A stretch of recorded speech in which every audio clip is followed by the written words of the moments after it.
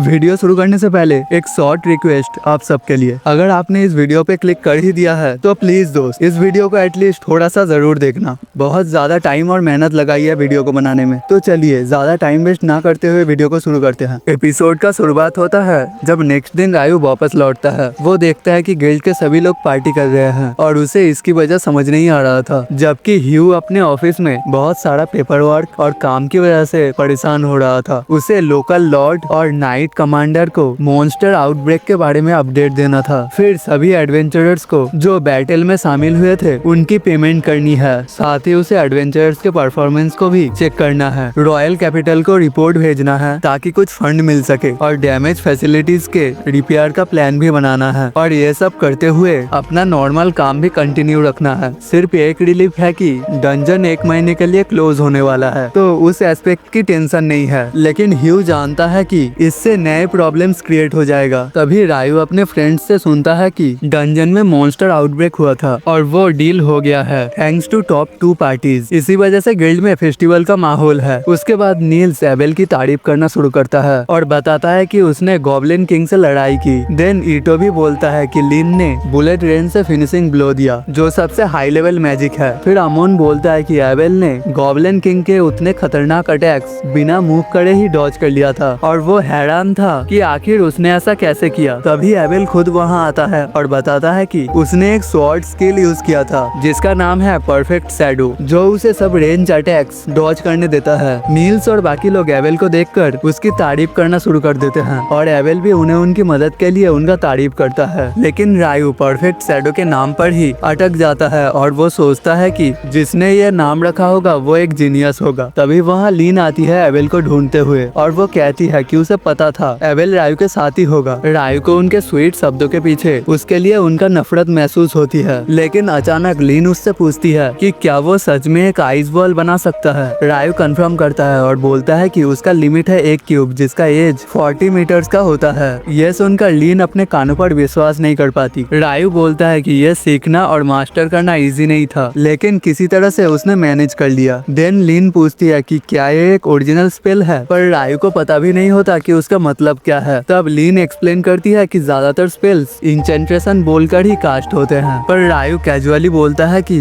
इंचेंट्रेशन बस personal performance है। लीन उसके बात को समझ ही नहीं पाती और उसके अगले क्वेश्चन पूछने से पहले ही नील्स चिल्लाता है कि खाना ठंडा हो रहा है और रायू इंस्टेंटली फूड सेंटर की तरफ भाग जाता है। लेकिन लीन टोटली कंफ्यूज रहती है और एबेल उसे समझाता है कि रायू कहता है इंचेंट्रेशन बस इसलिए होता है क्योंकि वो कूल साउंड करते हैं और वो बिना उनके मैजिक यूज कर लेता है। ये सुन के लीन को लगता है कि ये सबसे बेकार और घटिया चीज है जो उसने कभी सुनी है। जल्दी ही उसके बाद गिल्ड में जॉब्स बहुत ही लिमिटेड हो जाती है। नील्स और उसके दोस्त एकदम खाली नोटिस बोर्ड को देखते रहते हैं क्योंकि जब तक वो आते हैं तब तक सारे जॉब्स ऑलरेडी ले लिया गया होता है। तभी रायू भी वहाँ आता है और उसे पता चलता है कि जॉब मार्केट स्ट्रगल कर रहा है और डंजन टेम्पोररीली बंद कर दिया गया था। वो लोग उससे पूछते हैं कि क्या वो भी एक क्वेस्ट के लिए आया है और रायू कैजुअली बोलता है कि उसे अपने एल्केमी एक्सपेरिमेंट के लिए थोड़ा सा मैजिक कॉपर ओर खरीदना है। यह सुनकर वो सब शॉक्ड हो जाते हैं क्योंकि मैजिक ओर बहुत ही कॉस्टली होता है। लेकिन उन्हें याद आता है कि रायू टिपिकली रिच बंदा है तो उसके लिए ये कोई मैटर ही नहीं करता। दूसरी तरफ वो लोग एक नॉर्मल जॉब के लिए स्ट्रगल कर रहे हैं। रायू अपने दोस्तों को हेल्प करने का डिसाइड करता है और बोलता है कि वो उन्हें हायर करेगा एक जॉब के लिए, मैजिक कॉपर ओर माइन करने के लिए। नील्स उसे बताता है कि सिटी के पास एक अबैंडेड माइन है और ये सुनकर रायू बहुत खुश हो जाता है। फिर वो बोलता है कि वो उन्हें सिर्फ जॉब लेने के लिए ही 4 गोल्ड कॉइन्स ईच पे करेगा और जो भी कॉपर और वो लोग निकालेंगे उसके लिए वो 25 गोल्ड कॉइन्स पर पीस खरीदेगा। लेकिन उसकी एक ही कंडीशन है कि सबको सेफली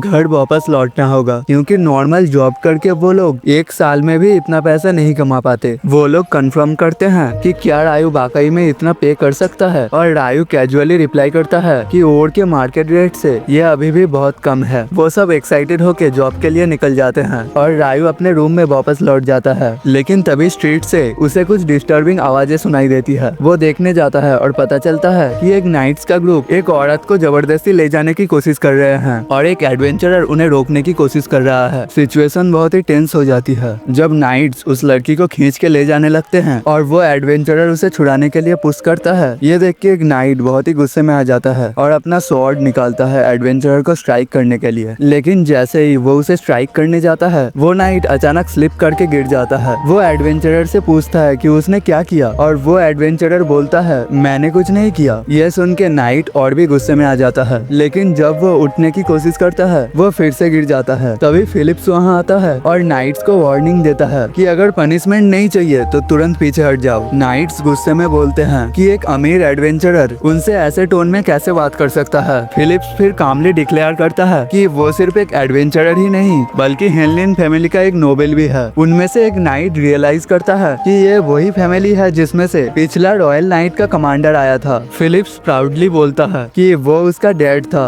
फिर वो उन्हें बोलता है कि नाइट्स की रेपुटेशन को और खराब मत करो, और नाइट्स तुरंत वहाँ से भाग जाते हैं। फिलिप्स फिर उस एडवेंचरर को उसकी ब्रेवरी के लिए उसकी तारीफ करता है और बोलता है कि वो उस औरत को सेफली उसके फ्रेंड्स के पास वापस पहुंचा दे। जब वो लोग वहाँ से चले जाते हैं, फिलिप्स सीधा रायू के विंडो की तरफ मुड़ता है, जहाँ रायू से ग्रीट करता है। फिलिप्स अपना इंट्रोडक्शन देता है as a leader of white brigade party, और वो कहता है कि उसने रायू के अमेजिंग मैजिक स्किल्स के बारे में बहुत सुना है। रायू तुरंत पैनिक कर जाता है। वो सोचता है कि फिलिप्स ने उसे मैजिक यूज करते हुए देख लिया था जब उसने नाइट को स्लिप कराया था, लेकिन फिलिप्स बोलता है कि उसने ये सब बस एबेल से सुना था। वो लोग बात कर ही रहे होते हैं कि फिलिप्स का सेक्रेटरी आ जाता है उसे लेने के लिए, और रायू तुरंत समझ जाता है कि वो दोनों बहुत स्ट्रॉन्ग है। बाद में रायू अकेला डिनर कर रहा होता है, तब एबेल वहाँ आ जाता है और उसके साथ बैठ जाता है। एबेल कहता है कि रायू को अकेला देखना आजकल बहुत ही मुश्किल हो गया है, और रायू भी वही लाइन उस पर वापस घुमा देता है। एबेल रायू को एक सीक्रेट बताने का डिसाइड करता है क्योंकि उसे उसकी हेल्प की जरूरत थी। जल्दी वो दोनों एंटरटेनमेंट डिस्ट्रिक्ट में पहुंचते हैं। वहाँ एबेल रिवील करता है कि नाइट्स का कैप्टन उसका दोस्त है और उसने रिक्वेस्ट की है कि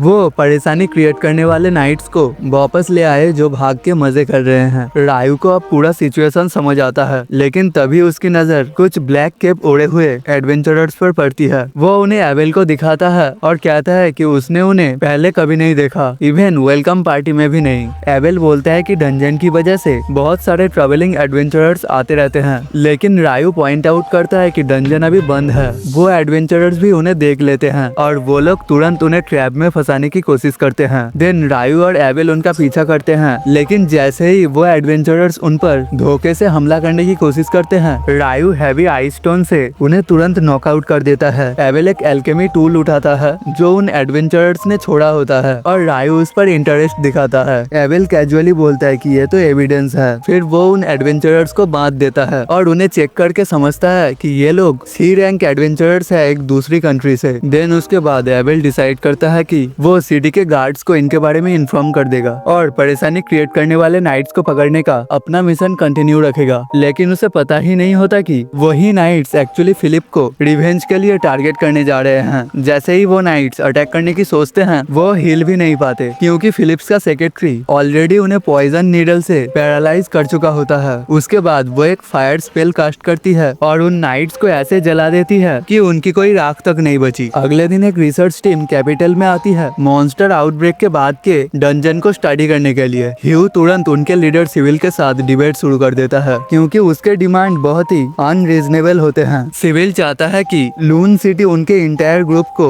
फूड और सप्लाईज प्रोवाइड करे, जबकि city already economic shortage face कर रही है और ऊपर से वो डंजन को ओपन करना चाहते हैं रिसर्च के लिए। ह्यू उसे क्लियरली बोलता है कि अभी आउटब्रेक के तुरंत बाद डंजन खोलना स्टुपिडिटी होगी, लेकिन सिविल कॉन्फिडेंटली बोलता है कि उसके पास फुल अथॉरिटी है newly appointed minister of dungeon exploration से। दोनों ही एक डेडलॉक में फंस जाते हैं और डिबेट कभी खत्म होता नहीं दिख रहा था। तभी वाइस वोल्ड मेज डिसाइड करते हैं कि वो इस पर हस्तक्षेप करेंगे। वो पहले ह्यू से कहते हैं कि वो फूड के इशू को नेक्स्ट टाइम हैंडल करेंगे और इस बार सिटी उन्हें रहने की और खाने की सप्लाईज प्रोवाइड करेगी। लेकिन जब बात डंजन ओपन करने की आती है, सिविल कहता है कि ह्यू के पास कोई चॉइस नहीं है। तब ह्यू भी एक अपना कंडीशन रखता है, अगर डंजन ओपन करने से सिटी या सिटीजन्स को कोई भी हार्म पहुंचता है तो उसकी रिस्पॉन्सिबिलिटी मिनिस्ट्री की होगी। सिविल ये डिमांड सुनकर गुस्सा हो जाता है, लेकिन ह्यू क्लियरली बोलता है कि जब तक एक कंडीशन एक्सेप्ट नहीं होती डंजन गेट नहीं खुलेगा। ओल्ड मेज फिर सिविल को कन्विंस करते हैं कि वो एक कंडीशन एक्सेप्ट कर ले और साथ ही ये अनाउंस करते हैं कि मिशन के लिए कुछ स्किल्ड एडवेंचरर्स को गार्ड के रूप में हायर किया जाएगा। दूसरी तरफ रायू एबेल और उसकी पार्टी के घर में विजिट करता है। ये देख देखने के लिए कि क्या वहाँ का फूड गिल्ड के लॉज से बेहतर है। लेकिन जैसे ही वो एंटर करने वाला होता है, एक लड़की दौड़ती हुई आती है और उससे रिक्वेस्ट करती है कि उसे एडवेंचरर गिल्ड में ले चले, क्योंकि उसके पास एक अर्जेंट मैसेज है। रायू भले ही भूखा हो,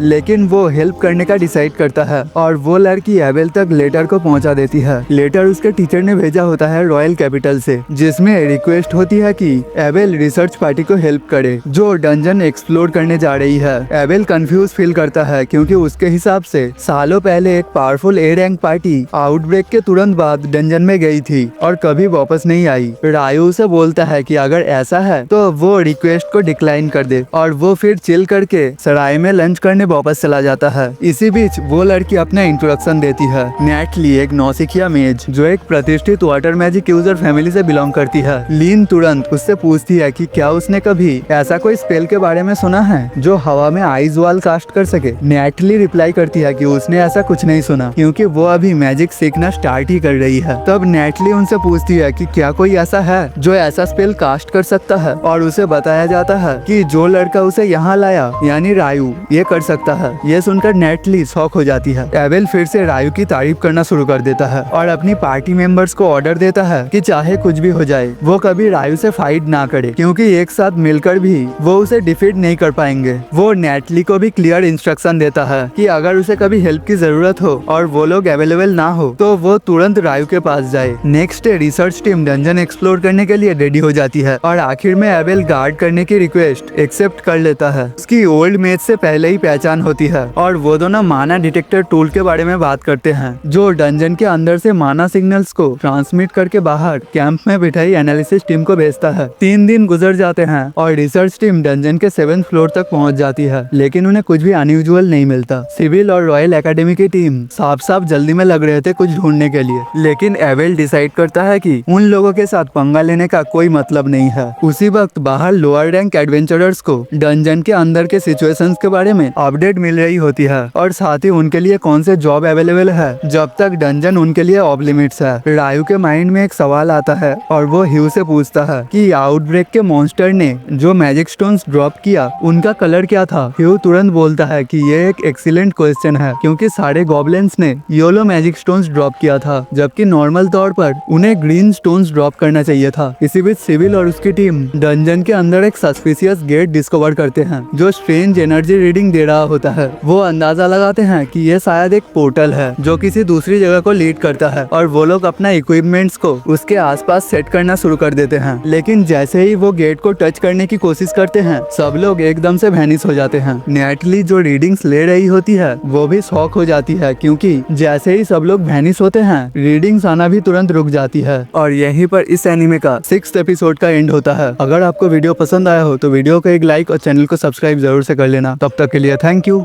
बाय बाय।